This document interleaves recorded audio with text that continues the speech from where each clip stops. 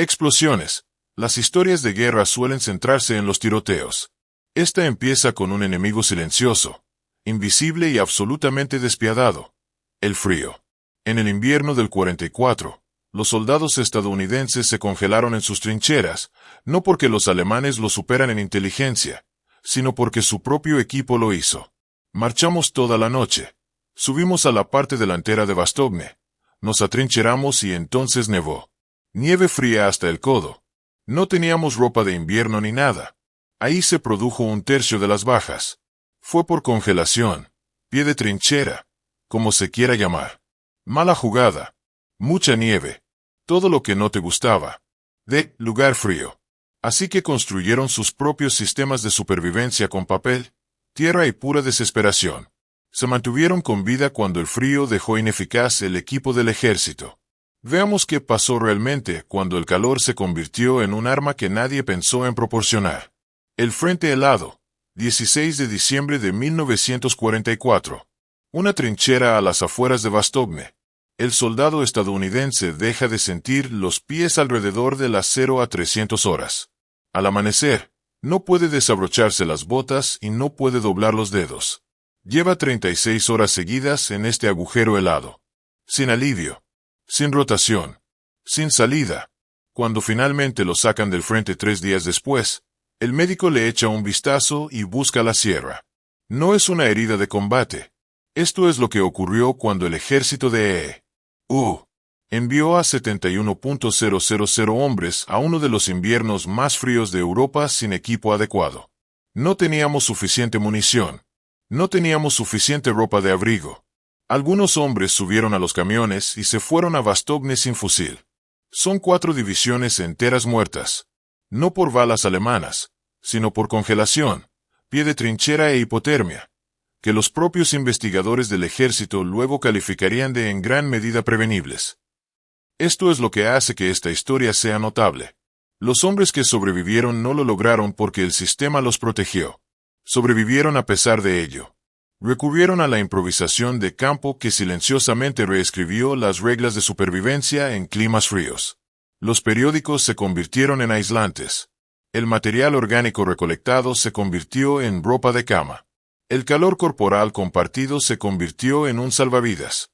Individualmente, estos métodos suenan casi ridículos, pero una vez que entiendes la física detrás de ellos, tienen un sentido perfecto y brutal.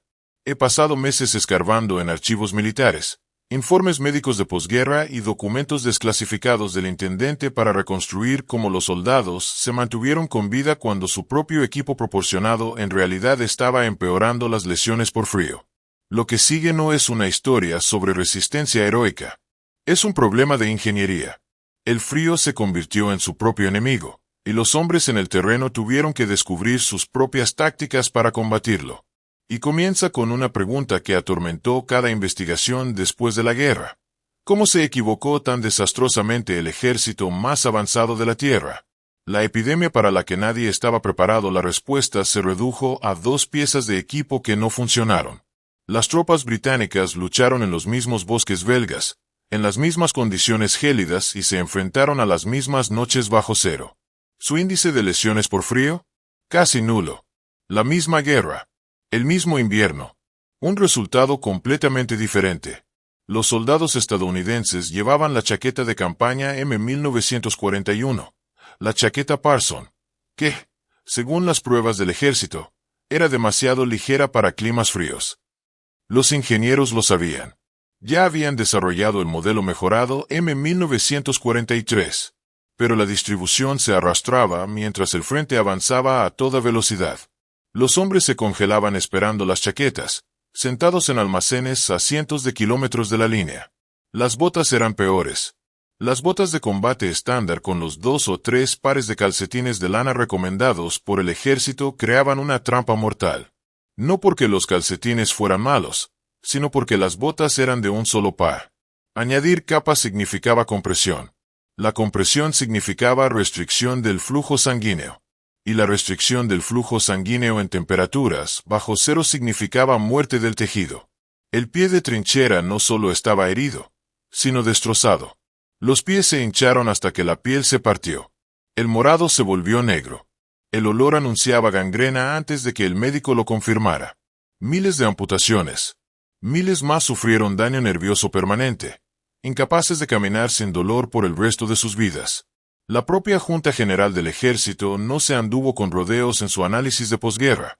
La insuficiencia de ropa y calzado se sumó a la incapacidad del mando para aplicar medidas preventivas. El equipo no solo no protegía. Seguir las directrices oficiales empeoró las cosas. Los hombres necesitaban soluciones que no podían conseguir en ningún depósito de suministros, así que empezaron a buscar por todas partes. Y las soluciones que encontraron surgieron de los lugares más inesperados. Armadura de papel. Un inspector general cerca de Bastogne arranca páginas de un panfleto de propaganda alemán. Arruga cada trozo con cuidado. Las mete dentro del forro de su chaqueta, por las perneras de sus pantalones, envolviéndolas alrededor de sus pies dentro de esas botas demasiado ajustadas. En todas las posiciones estadounidenses congeladas en Europa, los soldados descubrieron algo sorprendente. El papel, abundante, desechable y aparentemente inútil, podía salvarte la vida. La razón es pura física. Arruga el papel y creas miles de pequeñas bolsas de aire. El aire en sí es lo que aísla, no la lana, ni el algodón, ni siquiera las plumas. Esos materiales simplemente atrapan el aire en su lugar. Si impiden que el aire se mueva, se detiene la pérdida de calor por convección. Esas cámaras microscópicas en el periódico arrugado hacen lo mismo. Esto no fue una innovación en el campo de batalla. Durante la Depresión, los equipos de construcción rellenaban el periódico debajo de los pisos y detrás de las paredes cuando las familias no podían permitirse un aislamiento real. Ahora, las técnicas de supervivencia migraron a la guerra, practicadas por hombres que entendían lo que necesitaban incluso si el ejército no podía proporcionárselo. Pero el papel tenía un defecto fatal: el agua. Si se mojaba con la lluvia, la nieve, la condensación, el propio sudor, esas bolsas de aire colapsaban. El aislamiento moría en minutos. En el invierno europeo, perpetuamente húmedo, el aislamiento de papel necesitaba ser reemplazado constantemente. Los soldados rebuscaban obsesivamente. Periódicos alemanes, revistas francesas, cualquier cosa impresa se convertía en un potencial equipo de supervivencia. El papel podía mantener el torso caliente, pero no hacía nada contra el verdadero peligro: el suelo. Y el suelo podía robarte el calor más rápido que el aire. Ingeniería orgánica y de la tierra. Acuéstate sobre tierra congelada. Y no solo tienes frío, te estás drenando. El calor no solo escapa al aire, se conduce directamente a través del contacto. Tu cuerpo contra el suelo congelado crea una autopista térmica de calorías que se vierten por conducción tan rápido que la hipotermia puede aparecer en menos de 2 horas, sin importar lo que lleves puesto. Los soldados aprendieron a leer el paisaje como ingenieros. Encuentra paja. Eso es aislamiento premium. No hay paja. Las ramas de pino funcionan. Las hojas secas. La hierba de la pradera. Cualquier cosa que cree loft, que capture el volumen de aire entre tú y el suelo. La técnica tenía un nombre: la trampa de calor del suelo. Construye bien, y podrías dormir en tierra congelada sin morir. Construye mal, y te despertarías hipotérmico si es que te despertabas. Los veteranos desarrollaron un método. Reúne mucha. Extiéndela con un grosor de 15 centímetros. Comprímela ligeramente para probar la resiliencia. Agrega otra capa de 15 centímetros perpendicular a la primera. Las capas cruzadas evitan los canales de compresión por donde podría penetrar el frío. Mínimo de 30 centímetros de grosor.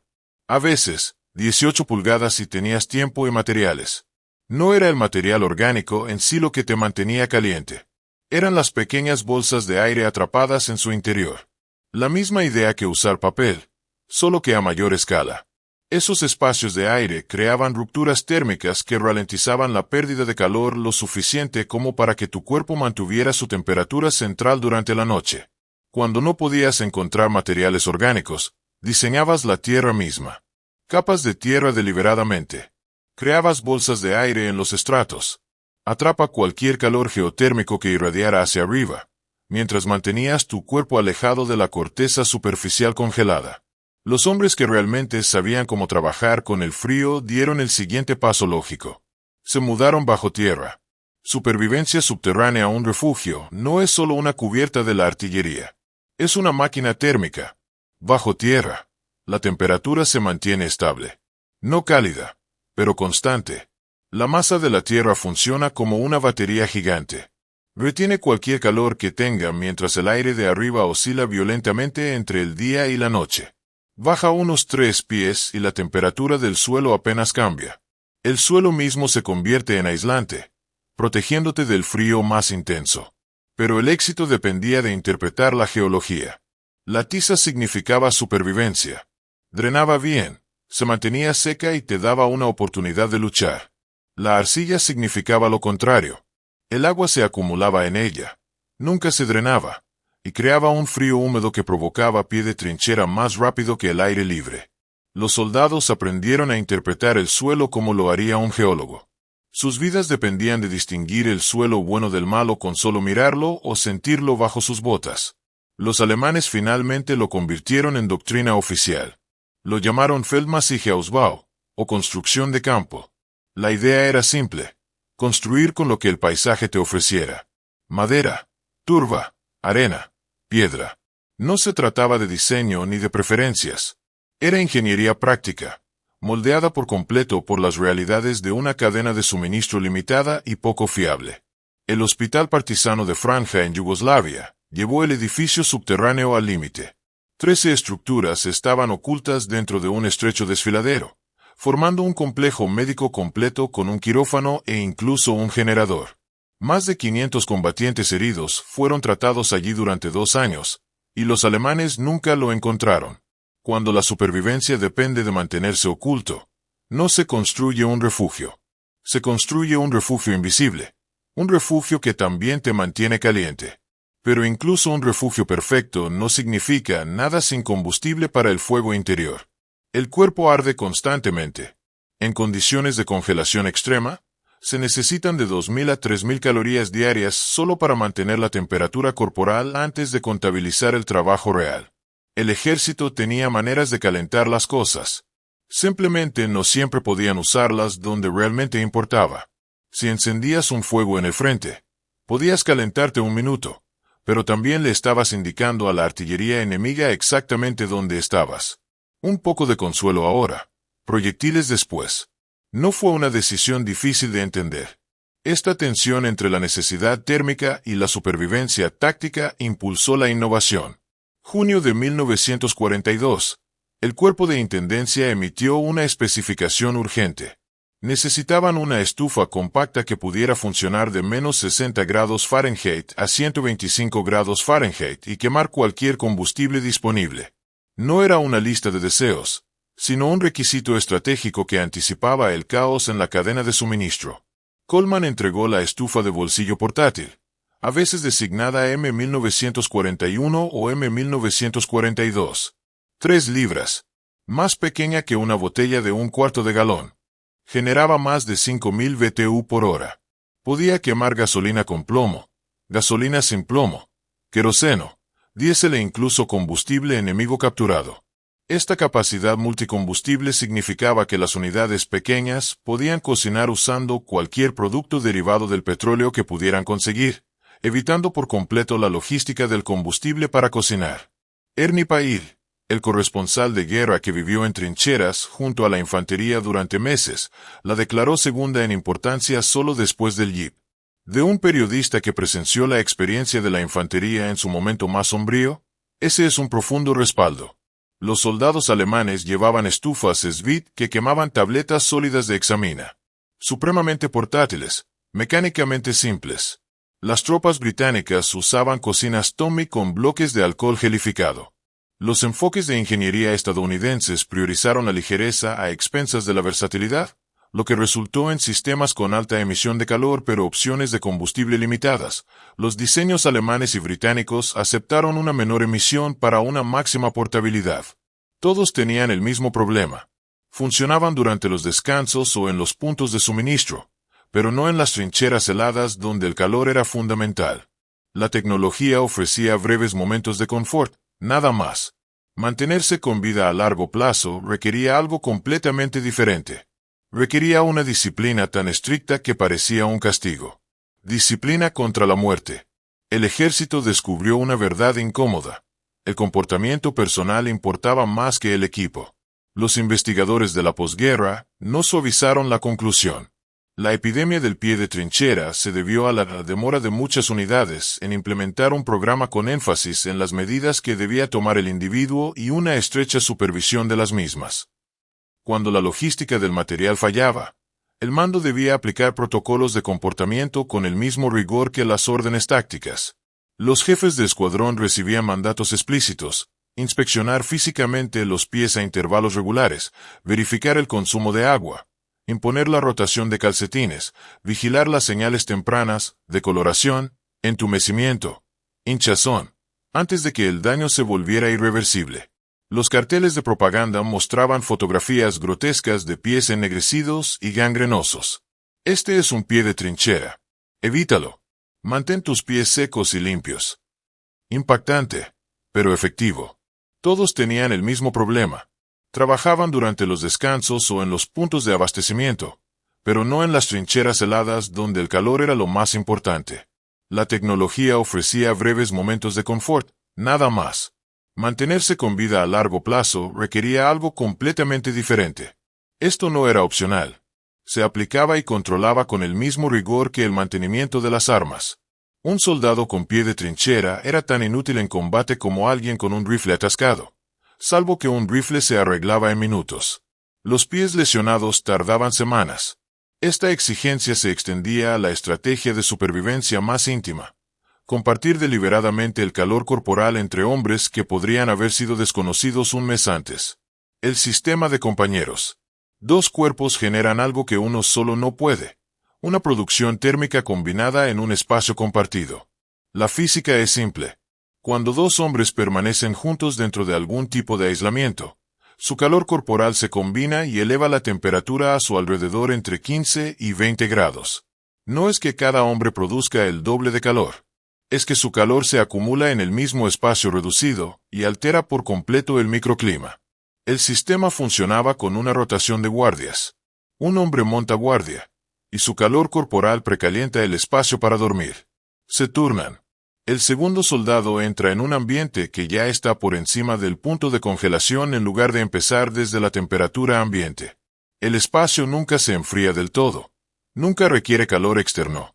Esto eliminó la jerarquía militar habitual. Los oficiales acabaron durmiendo hombro con los soldados rasos, no por una gran declaración de igualdad, sino porque la física no les dejaba otra opción. El rango no importaba cuando llegaba el frío. A la física no le importaba. Los Rangers formalizaron lo que la infantería de línea practicaba intuitivamente. Los líderes de escuadrón supervisaban físicamente el cumplimiento de sus compañeros durante las paradas de descanso. Hidratación adecuada. Listo. Intercambio de calcetines. Listo. Indicadores tempranos de congelación en las extremidades. Listo. Esta imposición entre compañeros creó una vigilancia redundante cuando la conciencia individual se degradaba por el agotamiento. El sistema de compañeros no salvó vidas porque subiera la moral, aunque eso ayudó. Funcionó porque creó una vigilancia constante y compartida que mantuvo a toda la unidad en funcionamiento. Cuando la disciplina de uno flaqueaba, ambos se mantenían en el buen camino, sobreviviendo a través de la hermandad. Algunos lugareños les contaron que este era el peor invierno que su zona había sufrido en 50 o 60 años. Los alemanes se dieron cuenta de que el clima iba a ser malo. Se dieron cuenta de que los estadounidenses no podrían usar su fuerza aérea para apoyar a las tropas sobre el terreno. No fue hasta enero, cuando muchos de estos hombres llevaban varias semanas combatiendo, que finalmente recibieron lo que consideraríamos servicios básicos para hacer cualquier cosa en la nieve. Incluso hoy, en una noche realmente fría, nos vamos a la cama y mi esposa les dirá que lo primero que digo es: me alegro de no estar en Bastogne. Los alemanes querían tomar Bastogne por la red de carreteras. Por eso era un objetivo tan importante. Así que allí fue donde tuvimos que resistir, y lo hicimos. El papel arrugado se convirtió en aislante al atrapar pequeñas bolsas de aire. La paja recolectada se convirtió en aislante del suelo. Los refugios subterráneos utilizaban la masa térmica de la tierra para mantener un calor constante. Las estufas portátiles quemaban cualquier combustible que los soldados pudieran encontrar entre tiroteos. El estricto cuidado de los pies evitaba lesiones incluso cuando los hombres exhaustos preferían ignorar los calcetines mojados. Y el calor corporal compartido convertía los estrechos espacios para dormir en sistemas de calefacción improvisados. Estas no eran innovaciones. Eran soluciones desesperadas a los fallos que se reflejaban en todos los niveles de planificación y logística. Los hombres que sobrevivieron lo hicieron a pesar de sus instituciones, no porque éstas los mantuvieran a salvo. Vivieron gracias a lo que aprendieron unos de otros, desde cómo el papel atrapa el calor hasta cómo los diferentes suelos drenan y retienen la humedad. Vivieron porque se mantuvieron disciplinados incluso cuando todo su ser quería rendirse. Y vivieron porque el hombre a su lado se negó a dejar que se congelaran solos. El calor que más importaba no provenía del equipo ni de la tecnología. Provenía de los soldados que sabían que mantenerse con vida significaba mantenerse unidos. ¿Quieres ver cómo otra cultura guerrera enfrentó las condiciones mortales con aún menos equipo? Mira mi episodio sobre cómo los vikingos gestionaron los desechos en barcos abiertos sin enfermarse. Su solución fue simple, pero efectiva.